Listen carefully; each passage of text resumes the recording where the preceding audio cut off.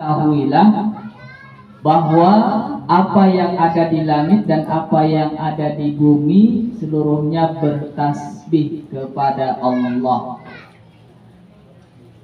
Jadi segala makhluk, tanaman, tumbuhan, bunga, pohon mangga, pohon kelapa dan sebagainya, apa yang ada di bumi dan apa yang ada di langit, galaksi dan sebagainya, semuanya itu bertasbih kepada Allah Subhanahu wa Ta'ala. Nah, Dr. Carolina ini penasaran, apakah benar bahwa tumbuhan itu juga bertasbih? Kalau manusia bisa dilihat berzikir kepada Allah, bersalawat, bertasbihnya. Tapi kalau tumbuhan bagaimana? Jadi diperintahkanlah mahasiswanya untuk meneliti, untuk menanam benih, toge, kemudian diperdengarkan suara-suara untuk mengetahui, mendeteksi apakah ada dampaknya kepada tanaman tersebut. Mahasiswa kelompok yang pertama disuruh tanam toge, dirawat, kemudian diperdengarkan musik klasik. Kemudian kelompok yang kedua disuruh menanam tanaman yang sama, tapi diperdengarkan musik rock. Kemudian kelompok yang ketiga disuruh menanam tanaman yang sama, tapi diperdengarkan murattal Al-Quran, lantunan ayat-ayat Quran. Kemudian pada hari yang ditentukan disuruh melaporkan bagaimana hasil pengamatannya, penelitiannya. Bismillahirrahmanirrahim. Assalamualaikum warahmatullahi wabarakatuh. Waalaikumsalam warahmatullahi wabarakatuh. Alhamdulillahilladzi arsala rasulahu bil huda wa dinil haqq liyuzhirahu 'ala dini kullihi wa kafa billahi syahida. Ashhadu an la ilaha illallah wahdahu la syarika lah wa ashhadu anna Muhammadan 'abduhu wa rasuluhu alladzi la nabiyya ba'dah ila yaumil qiyamah. Allahumma shalli ala Muhammad wa ala alihi wa ashabihi al-amjad. Salaman tasliman katsiran wa ba'd. Amma ba'du, yang sama-sama kita hormati sahibul bait atau tuan rumah, Bapak Agus atau Pak Gugus ya. Dan yang kami hormati para orang tua kami, bapak-bapak serta abang, dan mungkin ada adik yang kami cintai dan kami sayang. Tak bosan dan jemu kita bersyukur kepada Allah seraya mengucapkan kalimat Alhamdulillahirabbil alamin atas segala nikmat yang telah Allah karuniakan. Semoga nikmat yang dikaruniakan Allah kepada kita dapat kita manfaatkan dengan sebaik-baiknya dalam rangka meningkatkan kualitas kedekatan kita kepada Allah Subhanahu wa Ta'ala.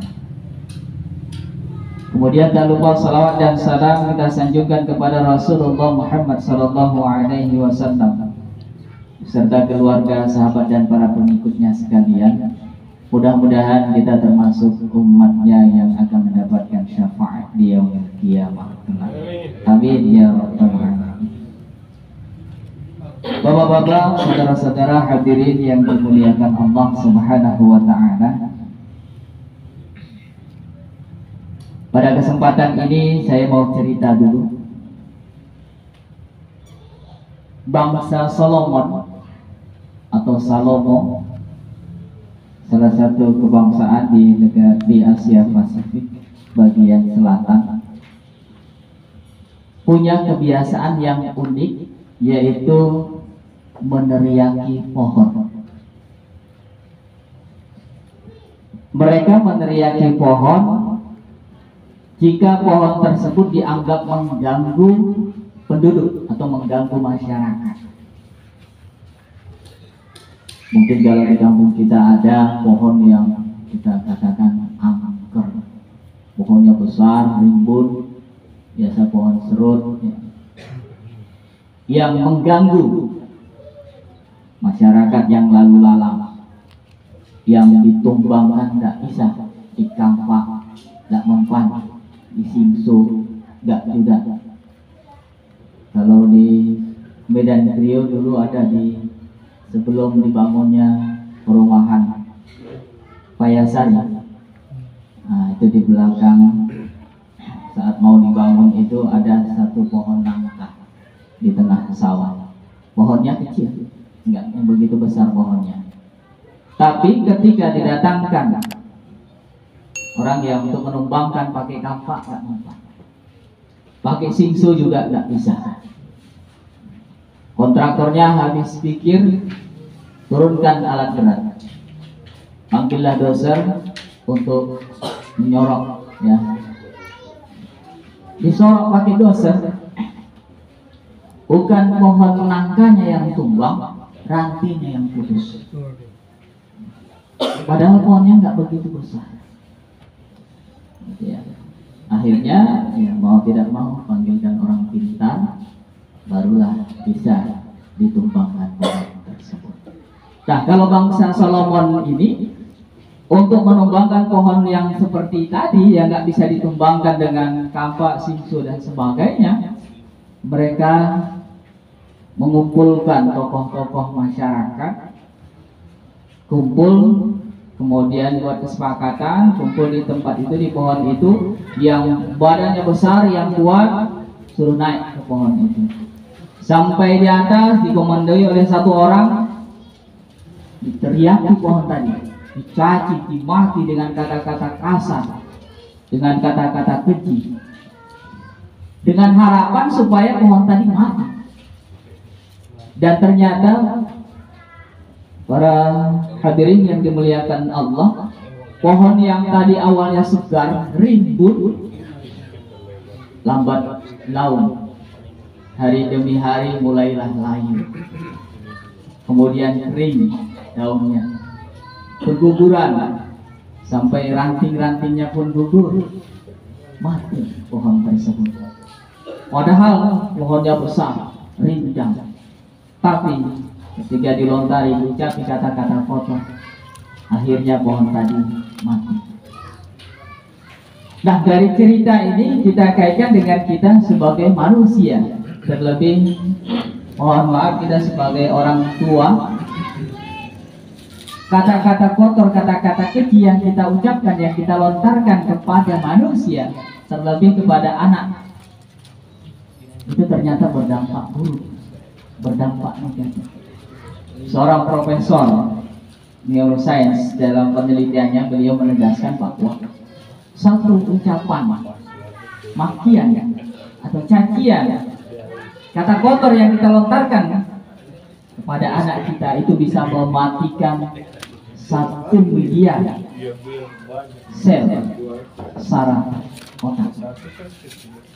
Satu cacian, satu makian. Kemudian satu pukulan atau tendangan yang kita lontarkan kepada anak kita itu bisa mematikan 10 miliar sel saraf.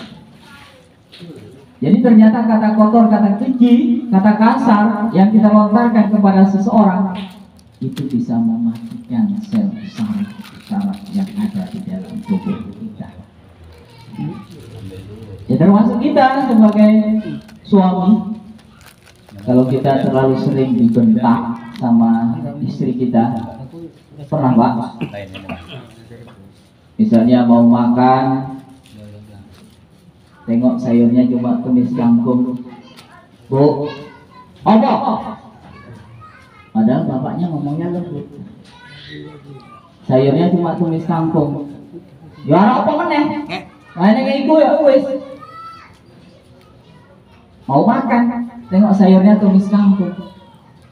Bu, gorengkan telur kenapa sih Mak? Wah enak tenan. Goreng telur, telur mau kono digoreng. Kata kasar dari istri kita yang dilontarkan kepada kita itu bisa mematikan saraf kita. Makanya kadang-kadang ada bapak-bapak yang nggak betah di rumah lebih senang minum kopi di warung ketimbang di rumah ketika mungkin, mohon maaf, istrinya sering mengucapkan kata-kata kotor, kata-kata kasar kepada kita sebagai seorang suami. Nah, hendaknya kita kepada anak kita juga jangan sampai terucap kata-kata kotor. Bodoh kali kau. Nah, kalau kita ucapkan kata-kata itu kepada anak kita, maka boleh jadi bawa keluar aja, Pak. Dibawa keluar. Keluar. Nah. Soalnya. Soalnya. Ya, diucapkan kata-kata kotor kepada anak kita itu bisa mematikan sel saraf anak kita. Maka hendaknya jangan sampai kata-kata yang kita lontarkan, yang kita ucapkan kepada anak kita, keturunan kita, itu kata-kata yang kotor. Walaupun memang tidak bisa kita menutupi diri kita ketika emosi, jengkel, marah, terkadang ya, khilaf kita terucap kata-kata kotor. Namun kita berusaha semaksimal mungkin untuk meminimalisir. Kita kurangi ucapan-ucapan keji atau kasar kepada anak kita, karena itu bisa mematikan saraf dan juga mengurangi kecerdasan dari anak keturunan kita.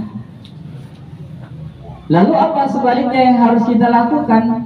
Kita ganti kata-kata kotor, kata-kata keji yang selama ini kita gunakan dengan kata-kata yang baik, pujian, sanjungan kepada anak kita.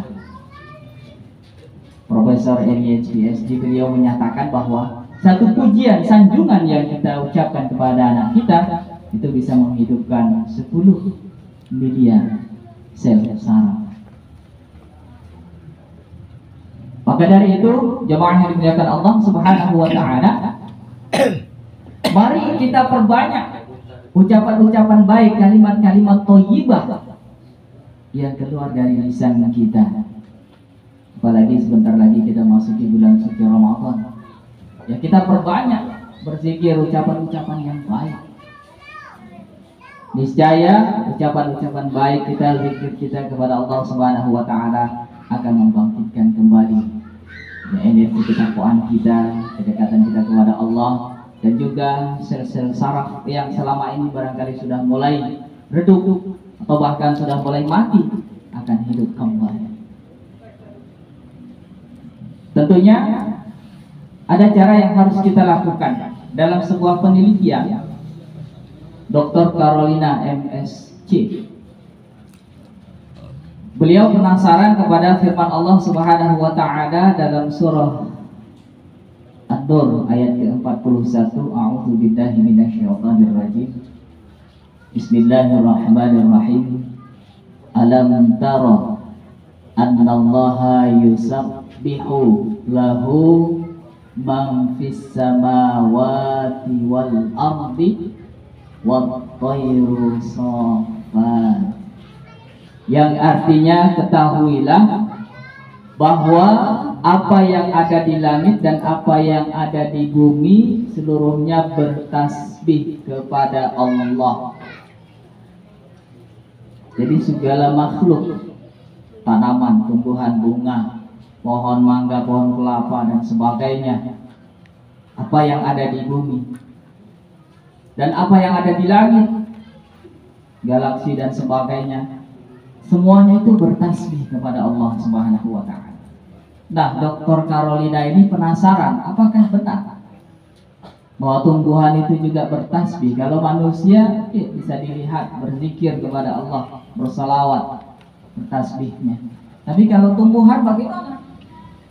Jadi diperintahkanlah mahasiswanya untuk meneliti, untuk menanam benih, toge, kemudian diperdengarkan suara-suara untuk mengetahui, mendeteksi apakah ada dampaknya kepada tanaman tersebut. Mahasiswa kelompok yang pertama disuruh tanam toge, dirawat, kemudian diperdengarkan musik klasik. Kemudian kelompok yang kedua disuruh menanam tanaman yang sama tapi diperdengarkan musik rock. Kemudian kelompok yang ketiga disuruh menanam tanaman yang sama tapi diperdengarkan murattal Al-Quran, lantunan ayat-ayat Quran. Kemudian pada hari yang ditentukan disuruh melaporkan bagaimana hasil pengamatannya, penelitiannya. Nah, ternyata Bapak dan hadirin yang dimuliakan Allah Subhanahu wa taala, setelah hari yang ditentukan dilaporkan, kelompok yang pertama, tanaman yang diperdengarkan lagu klasik tumbuh tetapi tidak maksimal hasilnya. Pertumbuhannya itu tidak maksimal, tidak normal. Kemudian kelompok yang kedua yang diperdengarkan musik rock jauh lebih buruk, hampir-hampir tidak tumbuh, hidup segan mati tak mau. Sedangkan kelompok yang ketiga yang diperdengarkan murattal Al-Quran, ternyata hasilnya sangat-sangat luar biasa. Pertumbuhannya sangat bagus, tanamannya subur, hijau, pertumbuhannya cepat, di luar dari prediksi. Pertumbuhannya sangat-sangat memuaskan. Dari penelitian itu beliau menyatakan bahwa ternyata memang benar semua makhluk yang ada di langit dan ada di bumi itu bertasbih kepada Allah. Ketika diajak berzikir, diperdengarkan murattal Al-Quran, maka dia akan terangsang sehingga pertumbuhannya menjadi sangat-sangat luar biasa. Bahkan saya sendiri, hadirin yang dimuliakan Allah Subhanahu wa taala, saya membuktikan. Saya kebetulan petani, Pak, nanam padi. Nah, dari beberapa kali saya menanam padi, nah, padi yang saya tanam, saya rawat sama seperti yang lain perawatannya. Hanya saja setiap saya ke sawah, mulai dari sudut yang pertama berpikir kepada Allah, terkadang bacakan surah Al-Fatihah, sholawat, kemudian berkeliling sampai kepada sudut pertama kembali, kemudian bermohon kepada Allah Subhanahu wa taala agar pertumbuhan dan hasil yang diperoleh nanti maksimal.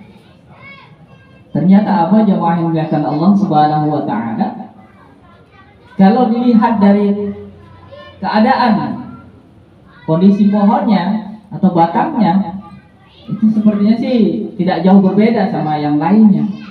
Pertumbuhannya itu ya relatif sama dengan yang lainnya, yang tetangga sebelah kanan, sebelah kirinya. Tetapi ketika dipanen, hasilnya melebihi dari hasil yang diperoleh oleh tetangga sebelah kanan, sebelah kiri. Sampai mereka terkadang bertanya-tanya, terheran. Kalau jaga burung, tetangga pada jaga burung. Saya bermohon kepada Allah Subhanahu wa taala, dengan ikhtiar, dengan usaha, saya tidak pernah jaga burung. Tapi alhamdulillah, ya burungnya lewat gitu aja. Jadi hasil panennya di atas dari hasil yang lainnya. Dari sini saya yakin bahwa memang ada dampak dari zikir kita ajak dialog, komunikasi tanaman tersebut untuk mendekatkan diri kepada Allah Subhanahu wa taala, berzikir kepada Allah Subhanahu wa taala. Pertumbuhannya dan hasilnya berbeda dengan yang hanya kita rawat tanpa kita ajak komunikasi.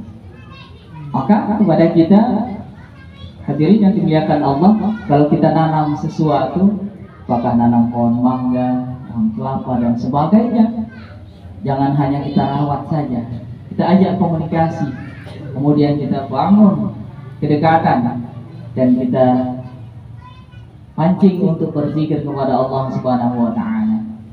Walaupun memang mungkin kita tidak mengetahui bahwa dia itu mendengar apa yang kita ucapkan, tapi pada hakikatnya apa yang kita ucapkan itu didengar oleh seluruh makhluk yang ada di muka bumi Allah. Bahkan dalam surah Saba ayat ke-10, Allah Subhanahu wa taala menegaskan, Wa ataina Daud fadlan. Telah kami beri kemuliaan kepada Daud. Auba ma'ahu ya jibal, wahai para gunung, bertasbihlah kalian bersama dengan Daud berulang-ulang. Jadi Nabi Daud itu suaranya sangat merdu. Beliau selalu bertasbih, berzikir kepada Allah, bermunajat, mengucapkan kalimat-kalimat thayyibah, bersalawat. Dan ketika beliau bersalawat, berzikir kepada Allah, maka seluruh makhluk itu ketika itu bergetar. Kemudian diperintahkan oleh Allah Subhanahu wa taala untuk ikut bersama Nabi Daud untuk berselawat, bertasbih. Bahkan kata Allah Subhanahu wa taala, wa allanna al-hadidah, besi pun kami jadikan lunak bagi Daud alaihissalam. Besi saja yang benda mati itu juga berzikir kepada Allah Subhanahu wa taala. Ketika Nabi Daud berzikir kepada Allah Subhanahu wa taala, memuji, mengakukan Allah Subhanahu wa taala, maka besi yang seharusnya sifatnya keras itu menjadi lembut, menjadi lembut. Kalau benda mati saja bisa meranggas, kalau tanaman, tumbuhan saja bisa meranggas ucapan kita, perkataan kita, konon anak kita, keturunan kita, karena manusia tidak bisa berdampak, memberikan efek dari kata-kata dan ucapan kita. Maka dari itu jemaah yang dimuliakan Allah Subhanahu wa taala, pada kesempatan ini saya mengajak kepada diri saya sendiri dan kepada jemaah sekalian, mari sama-sama kita perbaiki ucapan kita, perkataan kita, terlebih kepada istri kita, kepada anak-anak kita yang selama ini barangkali kita masih sering khilaf, mengucapkan kata-kata kotor, kata-kata kasar, maka hendaknya kita perbaiki. Jangan sampai ucapan kita yang kita lontarkan kepada anak suatu hari nanti bisa berbalik kepada diri kita. Suatu contoh, terkadang tanpa kita sadari, ketika anak kita belajar, kemudian dia minta kepada kita untuk mendampingi, mengajarinya. Misalnya anak kita sedang kerjakan PR, Pak, ajari adik. Kenapa Pak? Adik ada PR nih, nggak bisa. Pada saat itu kita sedang mungkin ya update status, main HP. Nah, karena kita sedang lagi main HP, kemudian ketika anak kita minta untuk ditemani, didampingi, kita jawab sama anak kita, Bapak masih sibuk nak, kamu belajar sendiri aja ya. Nah, ketika itu yang kita ucapkan kepada anak kita, padahal kita kesibukannya bukan bekerja, main HP. Boleh jadi suatu hari nanti anak kita akan membalikkan perkataan kita kepada kita. Nah, suatu saat ketika kita butuh pertolongan anak kita, nak atau dek, ayah ambilkan minum lah. Nah, teringat dia dengan ucapan itu. Saat itu anak kita sedang asik mungkin main dengan temannya. Dia jawab kembali, ayah kan bisa ambil sendiri. Ambil sendirilah, adik sibuk ini. Enak pula anak kita bilang adik sibuk ini. Boleh jadi karena ucapan kita tadi. Maka hati-hati, anak sekarang ini sudah kecerdasannya atau kedewasaannya sudah instan karena efek dari gadget, dari handphone, dari HP. Maka kita harus sangat hati-hati mengucapkan perkataan-perkataan apapun itu kepada anak kita. Jangan sampai ucapan kita itu justru menjadi momok, menjadi bumerang bagi diri kita, yang bisa menyebabkan kita mungkin tidak dihormati atau tidak dipatuhi ucapan kita, perintah kita oleh anak-anak kita. Terkhusus pada keluarga kita, pada anak kita, mari sama-sama kita ingatkan itu semua.